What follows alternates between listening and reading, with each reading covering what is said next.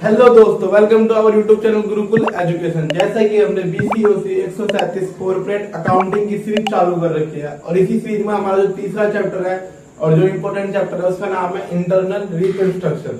ठीक है, जैसा कि अभी तक हमने पिछले दो चैप्टर जो है बायबैक ऑफ शेयर और इक्विटी शेयर कैपिटल का चैप्टर कर लिया। अगर आपको हमारी सीरीज ये बढ़िया लग रही है तो वीडियो को लाइक करें और चैनल को सब्सक्राइब करें, ज्यादा से ज्यादा लोगों को शेयर करें। ठीक है, तो हम चलते हैं अपने इंटरनल रिकंस्ट्रक्शन पार्ट की तरफ। इंटरनल रिकंस्ट्रक्शन का मतलब होता है कि एक ऐसी कंपनी जो कि बंद होने वाली है उस कंपनी को जो है सरकार बचाना चाहती है, ताकि जो है वो किसी भी कंपनी को जो है किसी भी देश को ज्यादा नुकसान ना हो। फॉर एग्जाम्पल के तौर पे जैसे भी देखो, अभी हमने जो सुना है सहारा कंपनी है वो डूब चुकी है। अब सहारा जो कंपनी है चूंकि बहुत बड़ी कंपनी थी, लोगों का बहुत सारा पैसा इन्वेस्ट करा हुआ था, तो सारा कंपनी के डूबने से क्या हुआ, लोगों को बहुत सारा जो नुकसान हुआ। ठीक है, इसी चीज को रोकने के लिए सरकार ने एक नई स्कीम चालू करी जिसका नाम है इंटरनल रिकंस्ट्रक्शन। इस स्कीम के तहत जो है सरकार ऐसी कंपनी जो कि खत्म होने वाली है, सहारा तो बिल्कुल खत्म हो गया, उसकी तो बात नहीं है, इस पे अप्लाई नहीं होता, लेकिन ऐसी जो कंपनी जो कि खत्म होने वाली है या फिर जिसकी कंडीशन जो है बढ़िया नहीं है, यानी वो फ्यूचर में ग्रोथ नहीं कर पाएगी, अगर उसे गवर्नमेंट ने थोड़ी सी भी मदद नहीं करी या फिर जो उन्हें फाइनेंशियली हेल्प नहीं मिली तो वो कंपनी खत्म हो जाएगी। और किसी भी देश के लिए कंपनी का बंद होना किसी भी देश के लिए अच्छा नहीं होता, क्योंकि इससे अनएम्प्लॉयमेंट बढ़ती है। तो इंटरनल रिकंस्ट्रक्शन में हम क्या करते हैं, इंटरनल रिकंस्ट्रक्शन में सरकार अपनी तरफ से ज्यादा कोशिश करती है कि उस कंपनी को जो है बचाया जा सके। इसके लिए सरकार ने कुछ लॉज भी बनाए हैं, ठीक है, जो हम इस चैप्टर में पढ़ेंगे। इंटरनल रिकंस्ट्रक्शन का जो मतलब होता है उसमें जो आती है इंटरनल रिकंस्ट्रक्शन सिर्फ उसी कंपनी में अप्लाई होगी जो कि क्या होगी, खत्म होने वाली है, यानी जो अपनी आखिरी सांसें ले रही है। यानी वो होता नहीं है कि आदमी की मरते वक्त, मरने से पहले आदमी जो अपनी पूरी तरह से कोशिश करता है, आखिरी सांस तक कोशिश करता है, यानी आखिरी स्टेप फाइट करता है कि कहीं मैं बच जाऊं, बच गया तो ओके, नहीं बचा तो भी तो जाना तो था ही। ठीक इसी प्रकार कंपनी के साथ होता है। ये बिल्कुल ही लास्ट स्टेज है, क्या बिल्कुल ही लास्ट स्टेज है जहां कंपनी एक आखिरी मौका प्रयास करती है, यानी आखिरी बार ट्राई करती है कि नहीं मैं अपने आप को सर्वाइव करा सकती हूँ, कंपनी को फ्यूचर में प्रॉफिट करा सकती हूँ, हालांकि अभी मुझे लॉस में हो रहा है। ठीक है, तो इंटरनल रिकंस्ट्रक्शन में पता क्या होता है, इंटरनल रिकंस्ट्रक्शन में इंटरनल मतलब अंदरूनी और रिकंस्ट्रक्शन का मतलब होता है बनाना, री का मतलब होता है दोबारा, यानी किसी भी कंपनी को दोबारा बनाना। इसमें क्या होता है, इसमें जो सरकार होती है किसी भी कंपनी को, इसमें जो सरकार होती है कोई भी कंपनी होती है सरकार के पास जाती है, वो कहती है सरकार मुझे बस एक आखिरी स्टेप करना है, यानी मैं आखिरी बार ट्राई करना चाहती हूँ अपनी कंपनी को बचाने के लिए। तो अब सरकार जो है, सरकार के पास इतना टाइम है नहीं, तो सरकार ने क्या करा, सरकार ने कोर्ट बना दिया। जैसे कोर्ट में हम जाते हैं, कोई भी केस होता है कोर्ट में जाता है, ठीक है, तो सरकार ने कोर्ट बनाया, ठीक है, जिसके हम कहते हैं एनसीएलटी। ठीक है, ये क्या होता है, court, national company law tribunal. इस कोर्ट में क्या होता है, कंपनी जाती है, कंपनी कहती है कि सर मेरे पास अभी 10 करोड़ का जो है उधारी है, यानी मैं 10 करोड़ रुपए मुझे लोगों को चुकाना है, तो आप कुछ भी करके इस लायबिलिटी को कम कर दो। ठीक है, क्या कर दो, लायबिलिटी को कम कर दो। फिर ठीक है, फिर सरकार जो है फिर वो कहती है सर कि मैंने जो है जमीन खरीदी, सपोज करो मेरे पास एसिड है, वो एसिड अभी जो है बैलेंस शीट में 10 करोड़ की दिख रही है, पर अगर मैं इसको मार्केट में बेचना चाहूँ तो 12 करोड़ की है, तो मुझे आप परमिशन दे दो कि मुझे जो एसिड है वो बढ़ा के रिकॉर्ड कर सकूं। एसिड जो है बढ़ा के, क्या सर एसिड बढ़ा के रिकॉर्ड नहीं, एसिड जो है बढ़ा के रिकॉर्ड कर सकते हैं। पर जो है हमारा जो आपने क्लास 11th में पहले ही चैप्टर पढ़ा होगा जिसका नाम है प्रूडेंस कंसेप्ट, वो कहता है do not anticipate profit but anticipate loss, यानी आप अपने प्रॉफिट को रिकॉर्ड नहीं कर सकते लेकिन आप अपने लॉस को रिकॉर्ड जरूर करना है। ठीक है, और दूसरा कंसेप्ट पढ़ा था हिस्टोरिकल कंसेप्ट। ये कंसेप्ट कहता है कि आपने जो चीज जितने में खरीदी है उसने को उसी चीज में रिकॉर्ड करोगे, ना तो आप उसको बढ़ाओगे ना तो आप इसको घटाओगे। फॉर एग्जाम्पल, यदि मैंने आज, यानी रिलायंस में मैंने सपोज मैं रिलायंस हूँ, यदि मैंने आज कोई जमीन 10 करोड़ में खरीदी है तो वो 10 जो जमीन की कीमत 10 करोड़ आज से 100 साल बाद भी अगर आप बैलेंस शीट चेक करोगे तो भी 10 करोड़ रहेगी, और आज से 500 साल बाद चेक करोगे तो भी 10 करोड़। पर इन रियलिटी में क्या 10 करोड़ रहेगी, यानी जमीन की कीमत क्या बढ़ेगी या घटेगी, नहीं बढ़ेगी सर। पर जो हमारा हिस्टोरिकल कंसेप्ट होता है, क्या हिस्टोरिकल कंसेप्ट, ये कहता है कि कोई भी चीज जो है पुरानी पुरानी कीमतों पर रिकॉर्ड करी जाएगी, यानी बढ़ी हुई कीमतों पर रिकॉर्ड नहीं करा दी। फॉर एग्जाम्पल अगर मैंने जमीन आज 10 करोड़ में खरीदी है, कल को 12 करोड़ में बिक रही है, तो हिस्टोरिकल कंसेप्ट और प्रूडेंस कंसेप्ट, यानी ये दोनों भाई करते हैं किसी कंपनी को बैंड बजाने में कोई कसर नहीं छोड़ते। हिस्टोरिकल कहते हैं कि तू सिर्फ 10 करोड़ में रिकॉर्ड करेगा, 12 करोड़ में रिकॉर्ड नहीं करेगा, ठीक है, पर सर मुझे 2 करोड़ का प्रॉफिट हो रहा है, नहीं। फिर प्रूडेंस कंसेप्ट आता है, ये छोटा भाई आता है, ये बोलता है कि मैंने कहा ना कि प्रॉफिट को तुम्हें रिकॉर्ड नहीं करना है, लॉस को तुम्हें रिकॉर्ड करना है। वहीं अगर उल्टा हो जाए, सपोज कर लो आज मैंने जमीन 10 करोड़ की खरीदी है, पर कल कुछ ऐसी सिचुएशन हो गया, प्राकृतिक आपदा आ गई, इस जमीन की कीमत 8 करोड़ होगी, तो क्या सर मैं अभी 10 करोड़ नहीं, इस समय ये आ जाता है, ये बोलता है 10 करोड़ में रिकॉर्ड नहीं करना है, क्या लॉस को रिकॉर्ड करना है, यानी 2 करोड़ रुपए तुम लॉस दिखाओगे। अब तुम 8 करोड़ की जमीन दिखाओगे, 10 करोड़ की जमीन नहीं दिखाओगे। तो इन दोनों के चक्कर में क्या होता है, कंपनी की जो बैलेंस शीट है उल्टी पुल्टी रहती है, यानी सही से दिखती नहीं है। तो हम गए कोर्ट के पास, हमने कहा कोर्ट से कि सर हमारी लायबिलिटी कम कर दो और हमारे एसेट को बढ़ा दो, ताकि हम जो एक अच्छे सिचुएशन में आ जाए, और अच्छे सिचुएशन में आएंगे तो लोग ज्यादा हमारी कंपनी में इन्वेस्ट करेंगे। हो सकता है कि मैं अपनी कंपनी को दोबारा बना सकूं, और अगर मेरी कंपनी दोबारा रिवाइव कर पाई, यानी सर्वाइव कर पाई, तो जो है इससे देश को ही भला होगा, लोगों को एम्प्लॉयमेंट मिलेगी और कंपनी बची रहेगी, ठीक है। तो फिर कोर्ट क्या करती है, कोर्ट सारे मतलब देखती है सिचुएशन को क्या है, क्या ये कंपनी फ्यूचर में हो सकती है ग्रो या नो, क्या इसकी पॉसिबिलिटी है या नहीं, यानी सब चीज को देख के कोर्ट क्या करती है, अप्रूवल दे देती है। क्योंकि हमारे केस में क्या अप्रूवल मैंडेटरी है, कोर्ट क्या करेगी, हमेशा क्वेश्चन में बोलेगा कि कोर्ट ने अप्रूव कर दिया स्कीम, कंपनी ने जो जो चीज मांग करी है कोर्ट से, यानी सरकार ने सब चीजें मांग ली है, ठीक है। तो इसकी जर्नल एंट्री हमें क्वेश्चन बोलता है पोस्ट करने को, यानी इसकी जर्नल एंट्री रिकॉर्ड करो। तो आइए हमें जर्नल एंट्री को रिकॉर्ड करते हैं।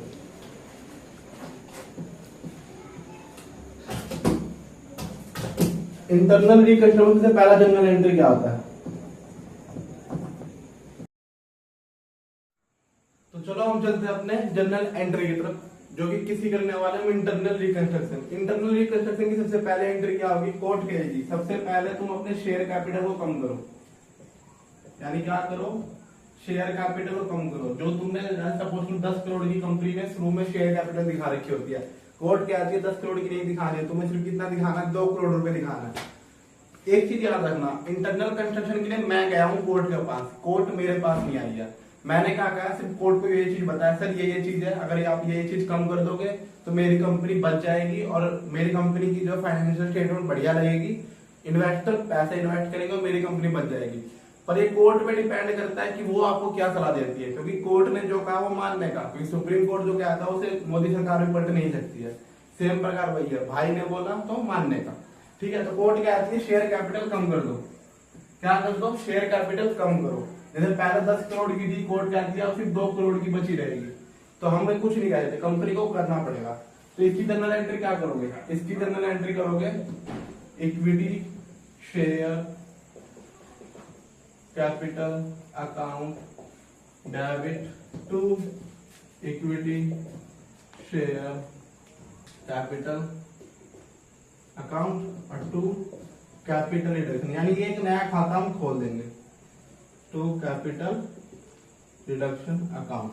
यानी यहाँ पे सपोज करो 10 करोड़ लिखोगे, क्योंकि पुराने आपके पास कितना था, 10 करोड़ था, पर कोर्ट ने क्या कहा, सिर्फ आपको 2 करोड़ रखना है, तो नए वाला आपके पास कितना बचा, 2 करोड़, तो बाद बाकी बचा हुआ 8 करोड़ क्या होगा, वो एक नया खाता बनाओगे, जिसे हम कहते हैं कैपिटल रिडक्शन या कैपिटल रिकंस्ट्रक्शन। इसके 2 नाम है, पर ज्यादातर ये नाम यूज होता है, कैपिटल रिडक्शन, यानी कैपिटल को कोर्ट ने कम कर दिया, रिडक्शन का मतलब होता है रिड्यूस करना, ठीक है। तो कैपिटल को क्या कर दिया, कम कर दिया। जैसे सपोज करो पहले 10 करोड़ की थी कैपिटल, कोर्ट ने कहा कि आप सिर्फ अब 2 करोड़ की दिखाओगे, इससे फालतू नहीं दिखाओगे, हमने कहा ओके, तो हम सिर्फ कितना दिखाएंगे, 2 करोड़ की, तो वो मैंने यहाँ दिखा दिया। हमारे पास था कितना, 10 करोड़, 10 करोड़ में 2 करोड़ दिखा दिया, बचा हुआ 8 करोड़ क्या करेंगे, बचा हुआ 8 करोड़ हम कैपिटल रिडक्शन अकाउंट में दिखाएंगे, ठीक है। फिर कोर्ट आती है, ठीक है, फिर क्या आती है, कोर्ट आती है, ठीक है। अब देखो एक कंपनी है, कंपनी के पास, कंपनी के अंदर क्या होता है, एसिड। अब एसिड में 2 तरह के एसिड होते हैं, टेंजिबल एसिड और इनटेंजिबल एसिड। टेंजिबल में सपोज करो मशीन होगी कंपनी के पास, लैंड होगा, बिल्डिंग होगा। अब देखो मशीन और बिल्डिंग जाहिर सी बात है, आज अगर 10 लाख की मशीन है तो कल या परसों में उस मशीन की वैल्यू गिरेगी, बढ़ेगी तो नहीं है। जैसे अगर आप शोरूम से जाकर बाइक खरीदते हो, जैसे आपने आज शोरूम से बाइक खरीदी और कल अगर आप वही बाइक शोरूम के पास ले जाते हो, शोरूम वाला बोलते हैं 10,000 रुपए कम हो गए, 15,000 रुपए कम हो गए, ये तो कहेगा नहीं कि सर आप कल 1,10,000 की ले गए थे, आज 1,20,000 की दे दो हमें। ऐसा कहीं होता। क्या होता है, मशीन की वैल्यू डे बाई डे क्या होती है, कम होती जाती है, तो मशीन की वैल्यू कम होगी। बिल्डिंग जो है, घर यानी घर जो बना है उसकी वैल्यू कम होगी, पर लैंड जो है उसकी वैल्यू हमेशा बढ़ती है। लैंड की वैल्यू कभी भी कम नहीं होती है। तो ठीक है, तो यहाँ पे दो सिचुएशन बढ़ती है, या तो एसिड कम हो जाएगी या तो एसिड बढ़ जाएगी।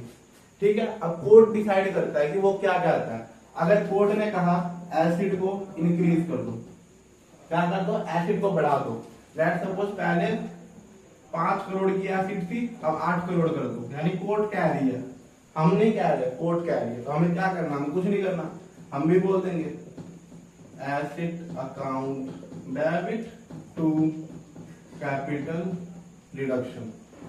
क्या कर देंगे, तो कैपिटल रिडक्शन में देखो पहले 5 करोड़ की थी, कोर्ट कह रही है अब आप 8 करोड़ की दिखा दो, यानी 3 करोड़ रुपए बढ़ा दो, यानी 3 करोड़ रुपए आप यहाँ कर दोगे, बढ़ा दोगे।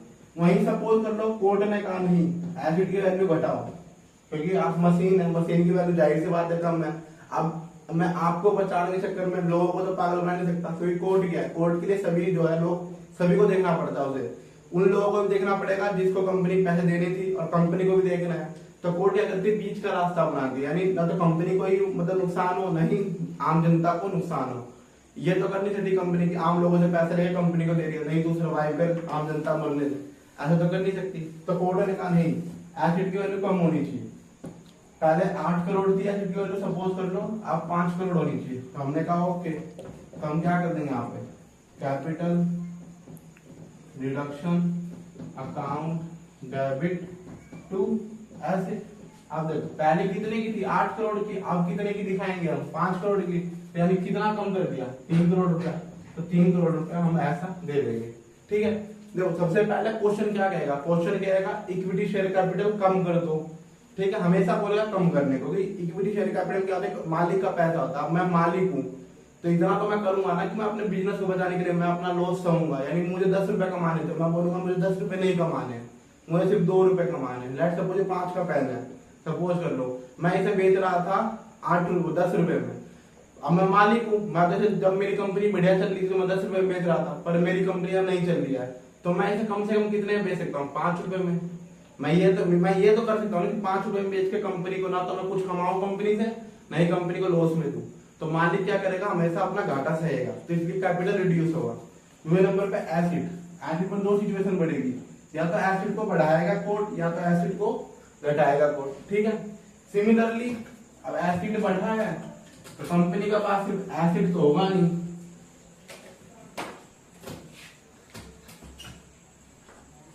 कंपनी के पास एसिड तो होगा नहीं, कंपनी के पास लायबिलिटी भी होगी। हाँ सर, अगर उसके पास पैसा है तो उसके पास उधारी भी होगी, जाहिर सी बात है। कंपनी के पास कोई भी आज तक दुनिया में ऐसी कंपनी बनी नहीं है जो सिर्फ प्रॉफिट ही कमा रही है, उसका कोई उधारी या लोन लायबिलिटी नहीं है।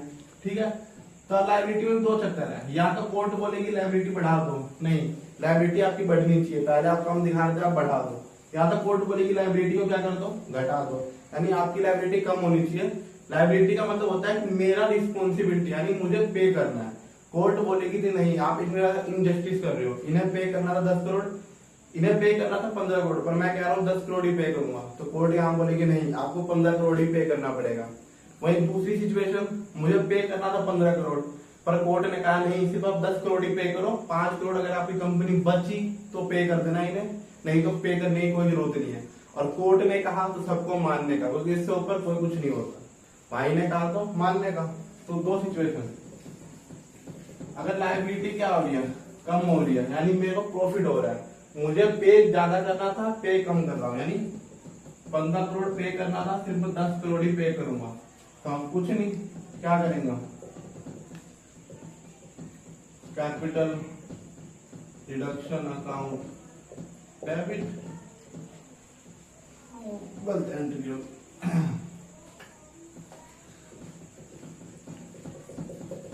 Liability account debit to capital reduction, क्योंकि मेरा क्या लायबिलिटी यहाँ पे कम हुई। पहले 15 करोड़ की, मुझे 15 करोड़ रुपए एक आदमी को दे नहीं रहे सपोज करो, पर मैं आप फिर कितना दूंगा 10 करोड़, यानी 5 करोड़ का मेरे को क्या हो गया प्रॉफिट। अब कोर्ट ने कहा है तो कोर्ट का आगे किसी की चलेगी ना, तो मेरी नहीं चलेगी तो उसकी क्या चलेगी।